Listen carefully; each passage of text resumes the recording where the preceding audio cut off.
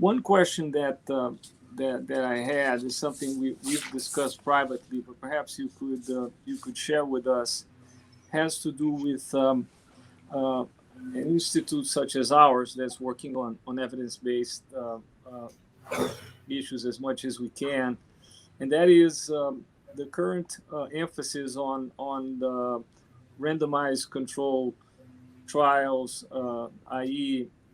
For the non-specialists, the use of control groups to evaluate the test policies and so on. I remember well, you probably don't, but we were in a small group, remember, advising Nick Stern at the World Bank. And you there were two other Nobel, we were five, and two had Nobel Prizes.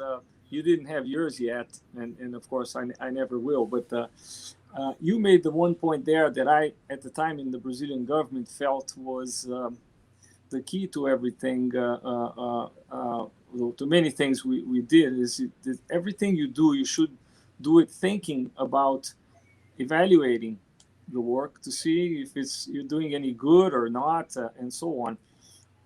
And this was anyway 20 years ago, but if you could tell us now, are we going too far on the obsession with control groups and RCTs? How do you see this in advice? I haven't backed away from evidence-based policy. I mean, what else are you going to base evidence and base policy on? Yeah, no. And you need evidence and you need evaluation.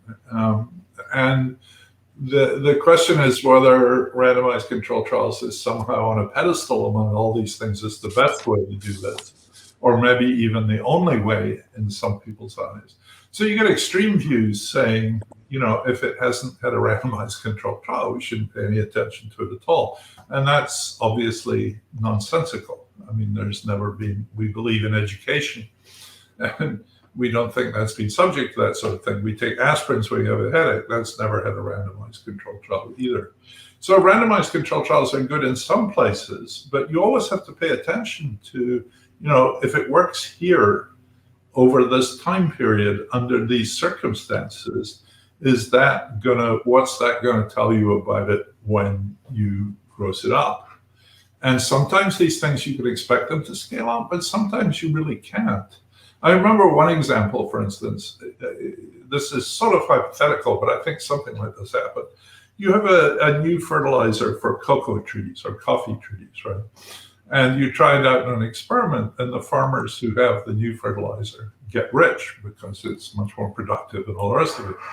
Okay, well, then you say that's great, so all farmers should use it, and they all go bankrupt, right? Because there's now 5 times as much coffee as there was before.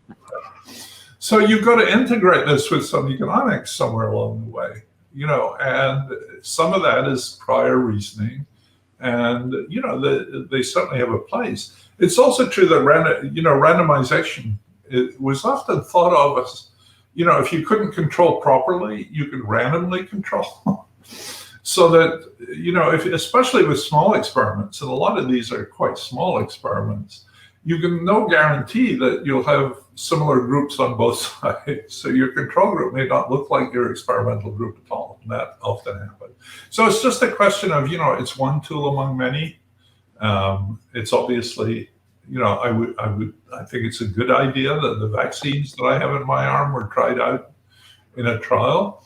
I think I could probably have designed a trial that did just as well without the randomization, but given the sanctity that's now settled on randomization and the fact that it's become a religious obsession, and not so much in economics, but in medicine, I don't think there are many people in economics who will say you can't evaluate anything except by randomized trials, where in medicine people say that all the time. So it's just one more thing that we should use when it's useful to use, but it's not any holy grail or anything that solves all our problems.